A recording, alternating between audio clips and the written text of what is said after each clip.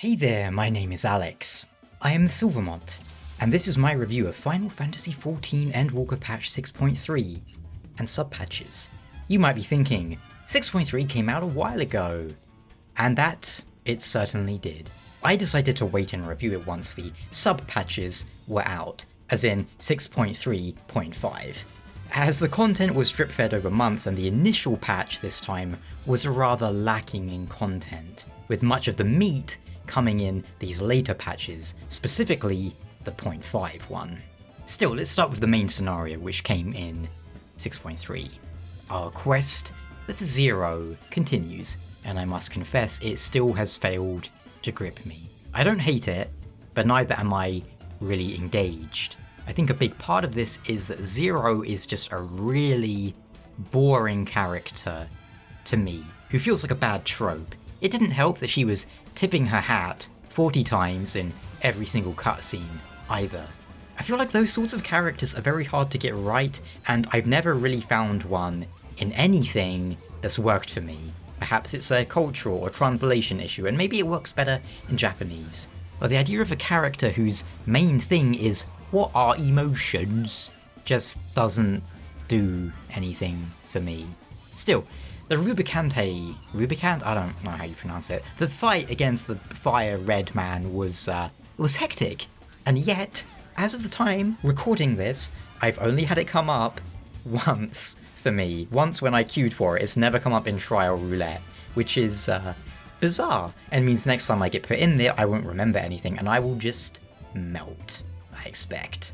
The new dungeon was decent, but dungeons are, again, content that I typically run once, and then I never need to touch them ever again, unless there's a glamour from there, or like, oh well, the relic weapon needs you to farm it, for blah blah, stuff like that. They're not inherently replayable, unless there's something you need to grind from them.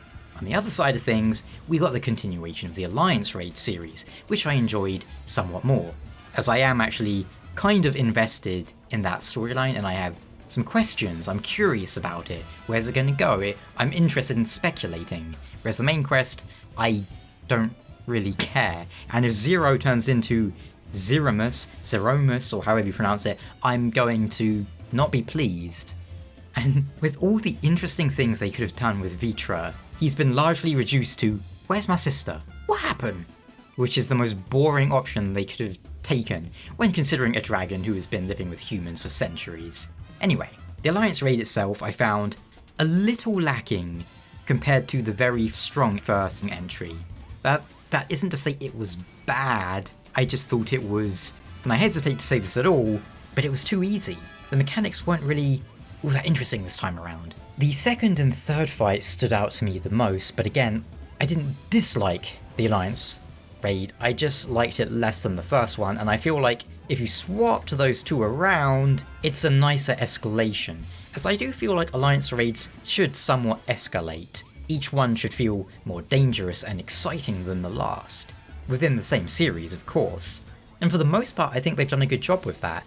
With the possible exception of the Shadow of Mark series, where the second one, the Weeping City, kind of dominated everything. Alliance Raid, main scenario, and a rather pitiful update to the Island Sanctuary made up the meat of the initial patch, along with a new PvP season, of course. Island Sanctuary remains boring to me. I like the idea, the concept of the content, I just don't like how they've implemented it at all. The moment I get all the rewards from it, I never touch it again, until the next time they update it. Funnily enough, I had never touched ocean fishing until this patch, but having tried that out, I vastly enjoy that over Island Sanctuary's glorified menu navigation simulator. Of course, we had the Omega Ultimate fight in 6.3.1, but that's content I doubt I'll ever do. Instead, my friend and I duoed Omega Savage, which was our own little mini Ultimate, I guess. But of course, it did raise to the forefront, this Ultimate that is, the issue of plugins, mods, cheating, and whatnot. Now if you're asking me, I feel like any and all gameplay altering plugins should be banned. Is that feasible for the developers to implement? Probably not. I don't know. I bet it'd be really hard to detect and all that stuff, but many of these things provide unfair advantages, such as in the race for ultimate. But worse to me, as it directly affects me, are people who use plugins in PvP to do things such as automatically limit break someone who is killable with a machinist limit break, or automatic crowd controls, automatic ninja limit break, stuff like that, which is beyond obnoxious, and I have no understanding why people would use them. At any rate, the game has a problem with bots and cheaters, and it frustrates me they are doing nothing about it, especially all this blatant cheating in PvP, because using plugins is cheating. There are levels of cheating where it's like, if you're doing it just for your own benefit, that's one thing. If you're doing it and you're detracting from someone else's experience, that's something worse, indeed. It's one of the reasons they ostensibly don't put in DPS meters, because people would grief other players who aren't doing, good DPS or whatever. DPS meters are useful for measuring your own performance, for seeing, oh, is there somewhere I can improve, or blah blah blah.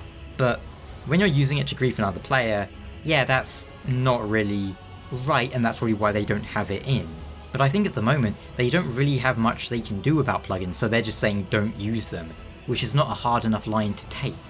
Still, moving on, we then have 6.3.5, where we got New Deep Dungeon, Eureka Orthos, more Hildebrand, and the Bunny Tribe, and of course, the next step of our relic weapon. Which is why I called this one the meat of the content. Starting with that last, and wow, who was expecting it to be the exact same as the first step? On the one hand, I appreciate how simple that all is, and it'll make it easy getting multiple relics. On the other hand, it's perhaps too simple and uninvolved. I wouldn't have minded something a little more complex than just requiring tomes for the next time you do it, for all your other jobs. The actual relic glows aren't super exciting this time. I think Shadowbringer relics had really cool first glowing steps. These ones are a tad unimpressive, but hopefully things ramp up and we get some really nice models and glows. In terms of quality of life though, these relics are very painless and streamlined. You don't even really need to focus on your relic, you just play the game and you will get the things you need to do your relic anyway. The Hildebrand quest itself was loads of fun. The duty, in particular, being a highlight. Hildebrand remains content that players either love or hate. Making it mandatory for relics, well, if you hate it, you can always just skip the cutscenes, right? And you'll be done in like 5 minutes. As for the new Deep Dungeon, Orthos? Well, new leveling content is always appreciated, and it provides a multi-faceted experience, as a lot of players, maybe not that many proportional to how many people play the game, but they enjoy trying the solo challenges. It's a bit hard to review this one so close to launch, but I imagine just like the others it'll have plenty of staying power, which is always important for new elements in an MMO. You don't want them to vanish and become dead months after launch. I will say that Orthos seems a bit harder than Heaven on High and Palace of the Dead, but again, that might just be because it's new and I haven't done it 2 million times like the others, so I know everything, right? I think that about does it for this patch though. So, overall, it was an okay patch, but it wasn't amazing. But I will see you guys next time, and thank you so much for watching.